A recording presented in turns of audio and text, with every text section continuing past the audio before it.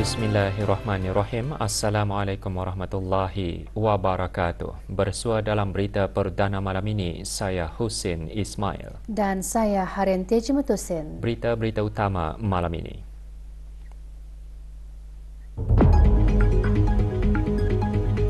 Kebawah Duli Yang Maha Mulia Paduka Seri Baginda Sultan dan Yang di-Pertuan Negara Brunei Darussalam bertitah mengingatkan mengenai pentingnya negara terus melakukan transformasi dalam meningkatkan produktiviti dan hasil negara.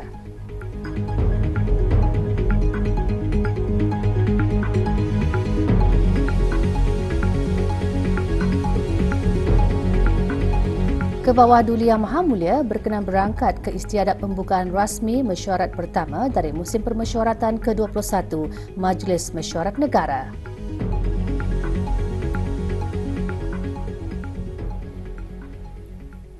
Mesyuarat pertama dari musim permesyuaratan ke-21 Majlis Mesyuarat Negara memulakan sidangnya pagi tadi dengan istiadat pembukaan rasmi. Kebawah Duli Yang Maha Mulia Paduka Seri Baginda Sultan dan Yang di-Pertuan Negara Brunei Darussalam berkenan berangkat ke istiadat tersebut.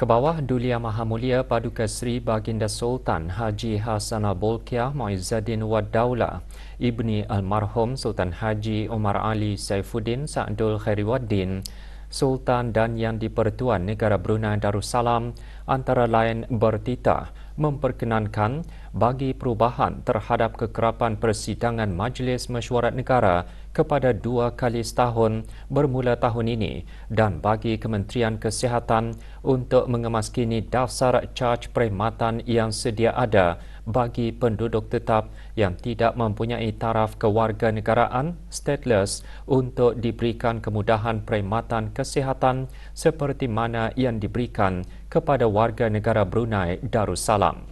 Dalam titah sempena istiadat pembukaan rasmi mesyuarat pertama dari musim permesyuaratan ke-21 Majlis Mesyuarat Negara, pagi tadi Kebawah Duli Yang Maha Mulia juga mengingatkan mengenai pentingnya negara terus melakukan transformasi dalam meningkatkan produktiviti dan hasil negara merentasi sektor-sektor serta industri-industri baharu. Baginda memulakan titah dengan menzahirkan kesyukuran kehadrat Allah Subhanahu Wa Taala kerana dengan limpah izinnya jua dapatlah sama-sama hadir di majlis persidangan yang mulia itu bagi mesyuarat pertama dari musim permesyuaratan ke-21 Majlis Mesyuarat Negara.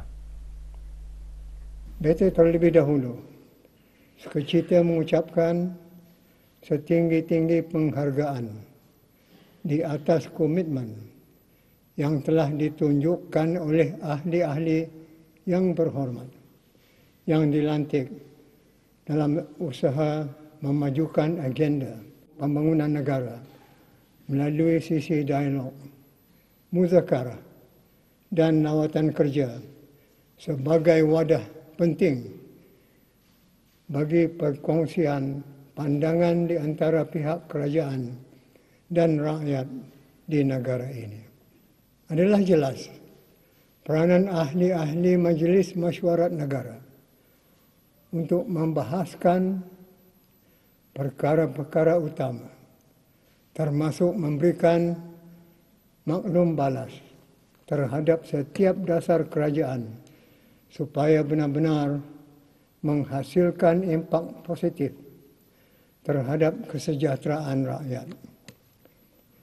Kerana itu, integriti dan kewibawaan setiap ahli majlis adalah diukur pada kemampuan masing-masing untuk berfikir secara terbuka, berunding secara teratur, dan bertindak proaktif demi kepentingan negara.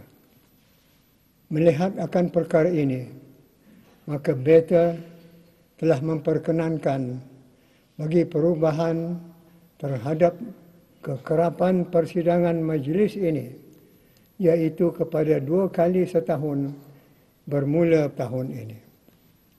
Ini termasuk pengemaskinan ke atas prosedur dan proses kerja menurut peraturan Majlis Mesyuarat Standing Orders bagi setiap ahli untuk mempraktikkan sepenuhnya.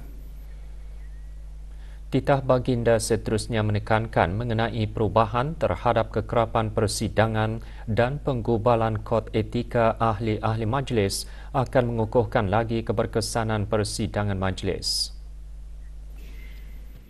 Dalam perkara berkaitan, BETA juga melihat akan keperluan bagi penggubalan kod etika ahli-ahli majlis dalam melaksanakan tugas dengan lebih berkesan dan berintegriti tinggi.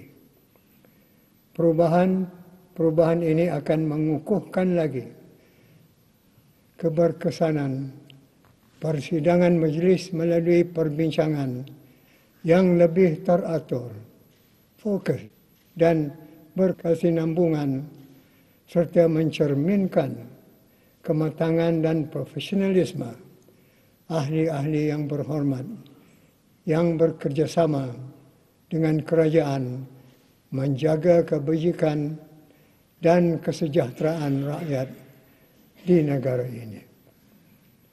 Selain itu, BETA juga memperkenankan bagi Kementerian Kesihatan untuk mengemaskini dasar caj perkhidmatan yang sedia ada bagi penduduk tetap yang tidak mempunyai taraf kewarganegaraan stateless untuk diberikan kemudahan perkhidmatan kesihatan seperti yang diberikan kepada warga negara Brunei Darussalam.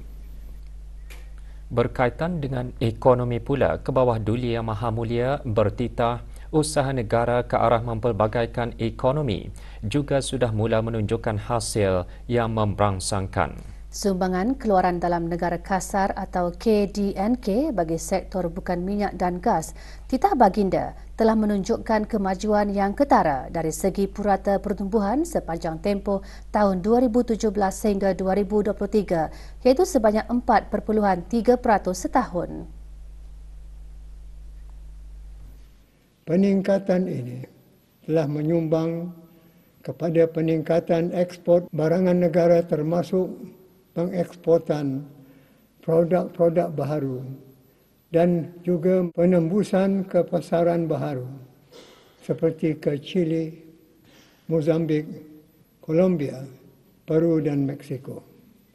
Antara kemajuan yang dimaksudkan adalah di sektor hiliran minyak dan gas yang telah mengalami peningkatan yang luar biasa. Dengan jumlah sumbangan KDNK pada harga tetap meningkat daripada BND 136 juta pada tahun 2017 kepada BND 1,241 juta pada tahun 2023. Apa yang jelas ialah penubuhan industri petrokimia telah menghasilkan produk seperti petroleum, metanol dan urea telah menjadi pemacu utama.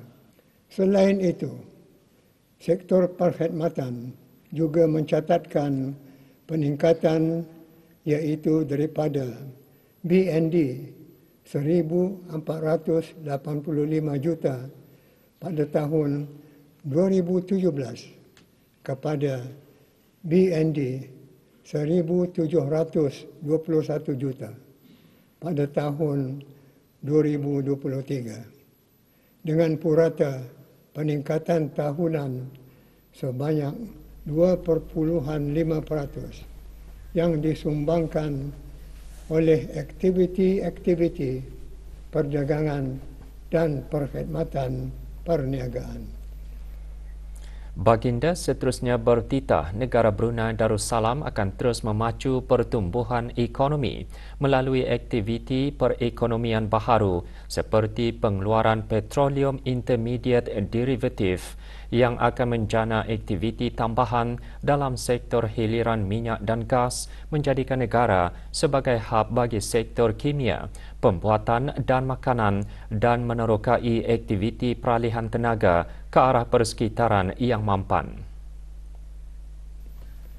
Di samping itu, di peringkat mikro pula, kerajaan Beta akan terus berusaha dalam menggerakkan lebih banyak lagi aktiviti perekonomian dan pelancongan ke negara ini yang dapat mendatangkan kesan limpahan positif kepada peniaga-peniaga tempatan. Namun demikian, kita tidak boleh berpuas hati. Ekonomi kita masih sahaja bergantung kepada minyak dan gas.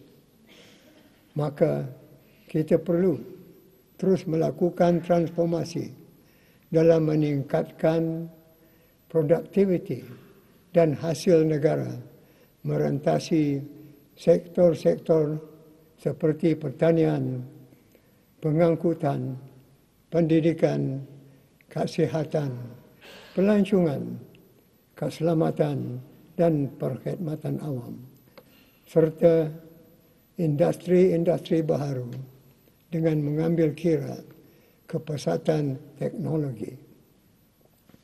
Menyentuh tentang revolusi teknologi, khususnya kecerdasan buatan atau artificial intelligence, ianya membuka peluang baharu yang memerlukan kita untuk terus memperkasa sumber manusia dan keupayaan negara. Apa yang pasti, perjalanan menuju wawasan Brunei 2035 memerlukan kerjasama, inovasi dan semangat juang yang tinggi dari semua pihak. Kebawah Duli Yang Maha Mulia mengakhiri titah dengan menekankan setiap cadangan dan idea yang dikemukakan di Dewan Majlis adalah bernilai untuk diteliti dengan mengambil kira emerging issues di peringkat global untuk diambil tindakan oleh pihak-pihak berkepentingan mengikut kesesuaiannya. Sejajar dengan ini, Beta sentiasa mengharapkan agar persidangan majlis ini akan terus berunding dengan jujur, berfikiran kreatif dan bertindak strategik ke arah meraih masa depan gemilang negara kita. Istiadat pembukaan rasmi mesyuarat pertama dari musim permesyuaratan ke-21 Majlis Mesyuarat Negara berlangsung di bangunan Dewan Majlis. Ini menandakan bermulanya sesi membincangkan peruntukan belanjawan negara bagi tahun kewangan 2025-2026. Berangkat sama paduka-paduka Ananda dan Adinda ke bawah Duli Yang Maha Mulia. Duli Yang Teramat Mulia Paduka Seri Pengiran Muda Mahkota Pengiran Muda Haji Al-Muhtadi Billah, Menteri Kanan di Jabatan Perdana Menteri selaku ahli rasmi kerana jawatan. Duli Yang Teramat Mulia Paduka Seri Pengiran Bendahara Seri Maharaja Permaiswara Pengiran Muda Haji Sufri Bolkiah dan Duli Yang Teramat Mulia Paduka Seri Pengiran di Gadong Sahibul Mal Pengiran Muda Haji Jeffrey Bolkiah. Keberangkatan ke bawah Duli Yang Maha Mulia dijunjung oleh Yang Berhormat Pihin Orang Kaya Sri Lela Datu Sri Setia Awang Haji Abdul Rahman bin Datu Setia Haji Muhammad Taib yang dipertua Majlis Mesyuarat Negara dan Dr. Dayang Hajah Huraini binti Pihin Orang Kaya Setia Jaya Datu Paduka Awang Haji Hurairah Jurutulis Majlis Mesyuarat Diraja, Setiausaha Majlis Mesyuarat Menteri-Menteri Kabinet dan Jurutulis Majlis Mesyuarat Negara. Yang Maha Mulia, Paduka Seri Baginda Sultan dan Yang di-Pertuan Negara Brunei Darussalam. Kebawah Duli Yang Maha Mulia berangkat ke Dewan Persidangan Dewan Majlis dengan diiringi oleh perarakan masuk cokmar Majlis Mesyuarat Negara.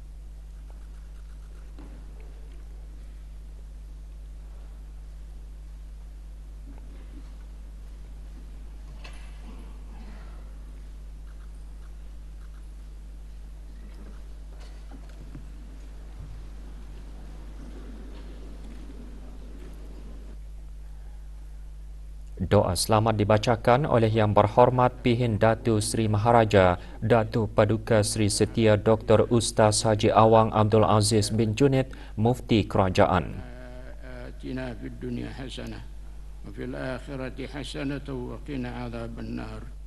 Wa sallallahu ala sayyidina wa maulana Muhammad wa ala alihi wa sahbihi wa sallam. Walhamdulillahi rabbil alamin.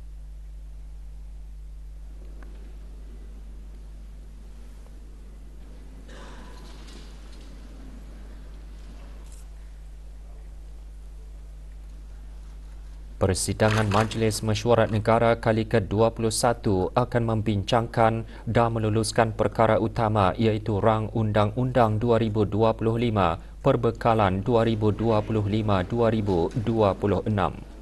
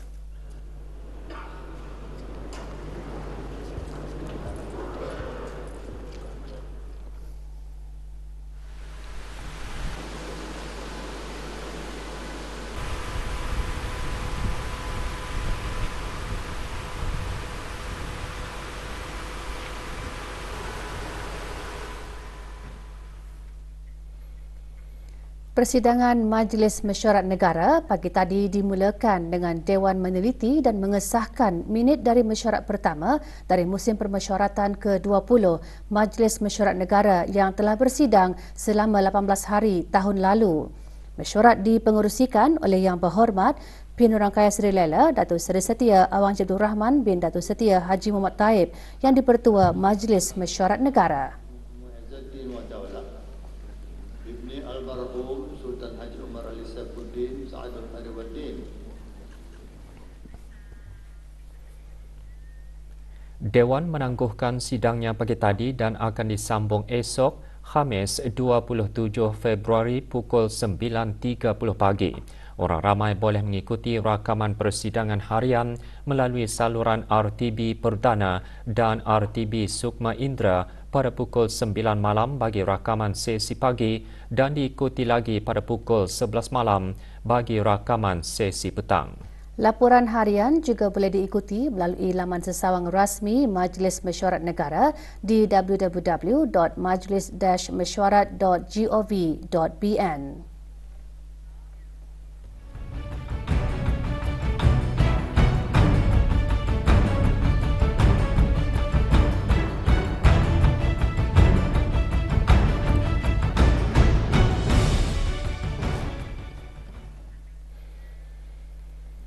Retreat Mesyuarat Menteri-Menteri Pertahanan ASEAN ADMM sepakat menerima kenyataan bersama mengenai kerjasama bidang kecerdasan buatan dalam sektor pertahanan. Dengan tema Perpaduan ASEAN untuk Keselamatan dan Kemakmuran, ADMM berlangsung di Pulau Pinang, Malaysia baru-baru ini. Delegasi negara diketuai oleh Yang Berhormat Pihin Datu Laila Raja Major Jeneral Bersara Datu Paduka Seri Awang Haji Halbi bin Haji Muhammad Yusof, Menteri di Jabatan Perdana Menteri dan Menteri Pertahanan kedua. Mesyuarat dipengerusikan oleh Yang Berhormat Datuk Seri Muhammad Khalid bin Nordin, Menteri Pertahanan Malaysia selaku pengerusi ADMM 2025. Retreat tahun ini dihadiri oleh Menteri-Menteri Pertahanan ASEAN dan para wakil Menteri Pertahanan Republik Demokratik Timor Leste selaku pemerhati ADMM dan Timbalan Setiausaha Agung ASEAN untuk bertukar-tukar pandangan dalam mengukuhkan kesatuan ASEAN dan kerjasama di rantau ini. Juga menyertai Brigadier Jeneral Bersara Datuk Seri Pahlawan Haji Ali Rupindi bin Haji Perudin, Setiausaha Tetap Kementerian Pertahanan selaku Ketua ASEAN Defence Senior Officials Meeting ADSOM Negara Brunei Darussalam dan Tuan Yang Terutama Brigadier Jeneral Bersara Datuk Paduka Haji Mahmud bin Haji Saidin, Pesuruhjaya Tinggi Negara Brunei Darussalam ke Malaysia. Di samping sidang retreat, satu perbincangan pertahanan dua hala juga diadakan di antara negara Brunei Darussalam dengan Malaysia. Malaysia akan mempengerusikan mesyuarat ADMM ke-19 dan ADMM Plus ke-12 yang dijadual akan diadakan di Kuala Lumpur pada 17 hingga 21 November 2025. Universiti Islam Sultan Sharif Ali Yunisa melalui Fakulti Undang-Undang Sultan Haji Hassanal Bolkiah mengadakan kuliah khas undang-undang. Kuliah diadakan petang tadi di Yunisa. Hadir Datuk Seri Setia Dr. Haji Nur Arfan bin Haji Zainal, Rektor Yunisa. Kuliah khas undang-undang bertajuk Development of Contract Law by the Supreme Court disampaikan oleh Yang Amat Arif Lord Patrick Stewart Hodge, Naib Yang di-Pertua Mahkamah Besar United Kingdom. Kuliah antara lain memberikan peluang kepada para pelajar undang-undang, ahli akademik serta masyarakat untuk memahami lebih lanjut mengenai pelbagai isu undang-undang dan cabaran yang dihadapi beberapa negara untuk menegakkan keadilan. Pejabat Hal Ehwal Ugama Daerah Belait mengadakan program bersama memeduli ihtimam Ma'an bersempena sambutan ulang tahun Hari Kebangsaan Negara Brunei Darussalam ke-41. 45 orang menerima bantuan berupa barangan disampaikan oleh Awang Misli bin Haji Abdul Karim, pemangku Timbalan Setiausaha Tetap Pentadbiran dan Kewangan Kementerian Hal Ehwal Ugama. Juga diadakan kunjungan ke kediaman para penerima bantuan. Masjid Rancangan Perumahan Negara RPN Kampung Pandan B dan Kementerian Pendidikan masing-masing menjuarai pertandingan Dikir Brunei Senegara bagi pegawai masjid, jawatankuasa takmir, muslimah masjid dan jemaah masjid berumur 45 tahun ke atas. Penyampaian hadiah disempurnakan oleh Awang Haji Amir Hisham bin Haji Masri, pemangku pengarah Hal Ehwal Masjid. 21 kumpulan mengambil bahagian dalam pertandingan tersebut. Pertandingan bersempena sambutan ulang tahun Hari Kebangsaan ke-41 itu diadakan di Masjid RPN Kampung Pandan, daerah Belait.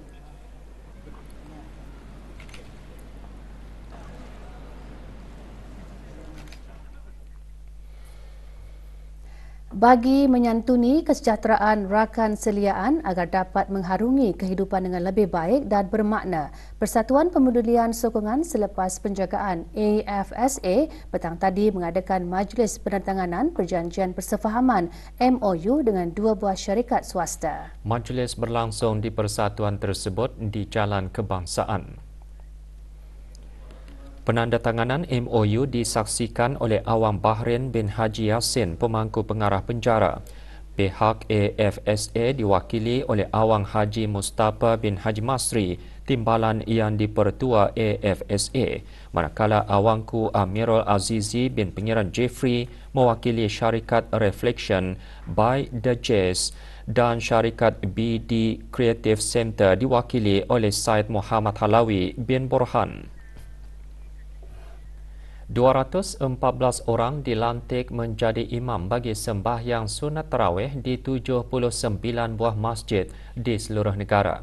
Mereka yang dilantik terdiri daripada 27 pegawai masjid, 21 tenaga pengajar, 135 penuntut dan 31 lepasan dari kalangan Institut Tahfiz Al-Quran Sultan Haji Hassanal Bolkiah. Pagi tadi, Jabatan Halal Masjid dengan kerjasama Institut Tahfiz Al-Quran Sultan Haji Hassanal Bolkiah mengadakan majlis penyampaian surat lantikan imam tersebut.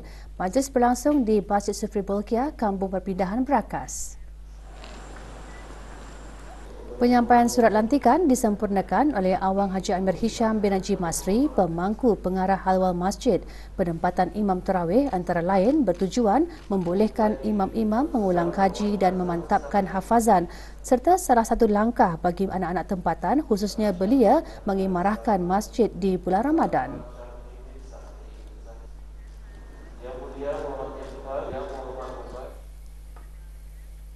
20 buah keluarga mu'alaf di Kampung Bukit, Mukim Ukong, daerah Tutong menerima sumbangan infak berupa makanan asasi melalui projek Fatul Barakah 6.0. Projek dianjurkan oleh Pusat Dakwah Islamiah melalui bahagian pembangunan mu'alaf kebajikan mu'alaf dengan kerjasama Pejabat Unit Dakwah Daerah Tutong serta Persatuan Saudara-Saudara Baru Daerah Tutong Persatu. Sumbangan disampaikan oleh Awang Haji Ahmad Abdul Salam bin Haji Abdul Rahman, penolong pengarah Pusat Dakwah Islamiah. Projek seumpama ini bertujuan memberi peluang kepada orang ramai untuk dalam sama-sama memberikan infak jariah berupa makanan asasi untuk disumbangkan kepada asnaf mu'alaf yang memerlukan bagi persiapan menyambut kedatangan bulan Ramadan.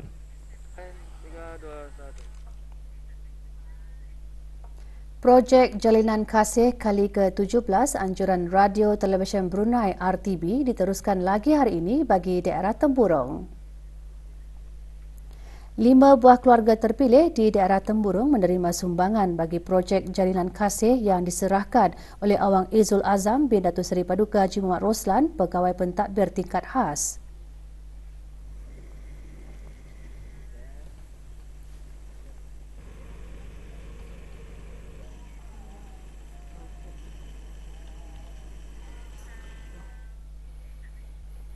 Bagi memperkukuhkan kolaborasi antara komuniti tempatan, pemegang kepentingan dan industri pelancongan di negara ini, petang tadi diadakan Forum Pesona Warisan Brunei 2025. Forum berlangsung di sebuah kompleks komersial di Ibu Negara.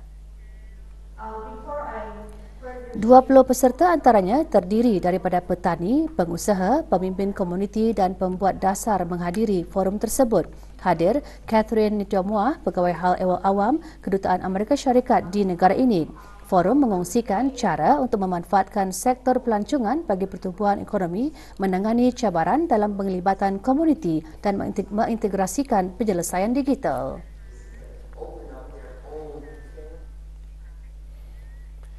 $32 peserta diberikan bimbingan secara teori dan praktikal dalam bengkel fardu kifayah penyempurnaan pengurusan jenazah lelaki dan wanita Anjuran Daerah Polis Temburong.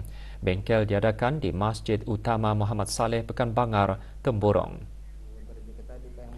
Bengkel yang disertai oleh anggota pegawai rendah dan pangkat rendah daerah polis Temburong itu antara lain bertujuan memberikan penjelasan mendalam mengenai kaedah pengurusan jenazah dengan sempurna. Perempuan kah lelaki sama juga, kayak sarung tangan. Bank Islam Brunei Darussalam BIBD menerima anugerah jenama antarabangsa Brand Laureate tahun 2024 Singapura Kemampanan Perbankan dan Kewangan. Anugerah berprestij yang menekankan komitmen kukuh kewangan, kemampanan, inovasi dan kecemerlangan perkhidmatan bank berkenaan. Penyampaian anugerah berlangsung di Singapura. Menerima anugerah bagi pihak BIBD, Awang Junaidi bin Haji Masri, Pengarah Urusan dan Ketua Pegawai Eksekutif BIBD. Penganugerahan tersebut menandakan satu lagi pencapaian penting dalam perjalanan BIBD sebagai institusi kewangan terkemuka di negara ini. Syarikat Unified National Network Sdn Bhd UNN melancarkan perkhidmatan aplikasi pengatur caraan atau Application Programming Interfaces API sebagai tambahan terbaru kepada tawaran perkhidmatan Pentest as a Service. UNN dalam siaran medianya menjelaskan perkhidmatan baharu tersebut direka untuk menilai dan meningkatkan keselamatan perkhidmatan laman sesawang yang memudahkan komunikasi antara sistem dan aplikasi. Ia juga membantu organisasi di negara ini melindungi perkhidmatan dan mengurangkan ancaman.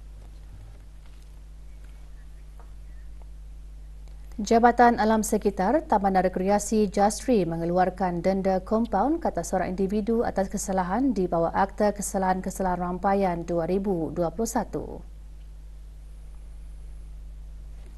Hamid bin Awang Jaafar didenda RM100 setelah didapati bersalah membuang bekas plastik makanan di kawasan berdekatan dermaga diraja Bandar Seri Begawan. Dia diberi tempoh 7 hari untuk menjelaskan denda. Orang awam atau mana-mana syarikat diingatkan untuk sentiasa menjaga kebersihan dan mengamalkan sifat bertanggungjawab terhadap kebersihan alam sekitar. Unit Sukatan dan Timbangan SDT Kementerian Kewangan dan Ekonomi akan melaksanakan kerja pemeriksaan dan penelitian bacaan ketepatan alat sukatan jenis pam minyak di stesen-stesen minyak. Pemeriksaan di syarikat stesen minyak Persatuan Tiba akan dilaksanakan pada 6 Mac. Syarikat stesen minyak IBA pada 8 Mac dan syarikat stesen minyak Pekan Muara pada 10 Mac. Mengambil kira keselamatan dan kesejahteraan orang ramai serta para tenaga kerja yang terlibat sepanjang kerja pemeriksaan dan penelitian tersebut, stesen-stesen minyak berkenaan ditutup selama 2 jam bermula pukul 9 pagi.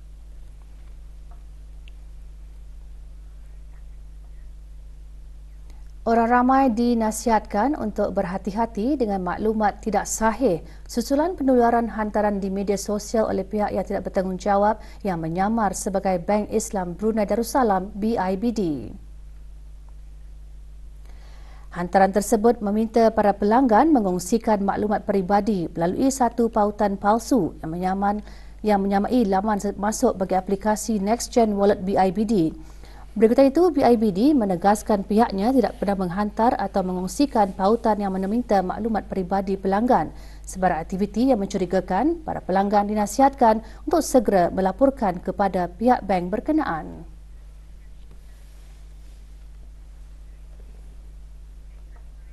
Kejohanan badminton berpasukan sempena sambutan puja usia Durian Teramat Mulia Paduka Seri Pengiran Muda Mahkota ke-51 menutup tirainya semalam.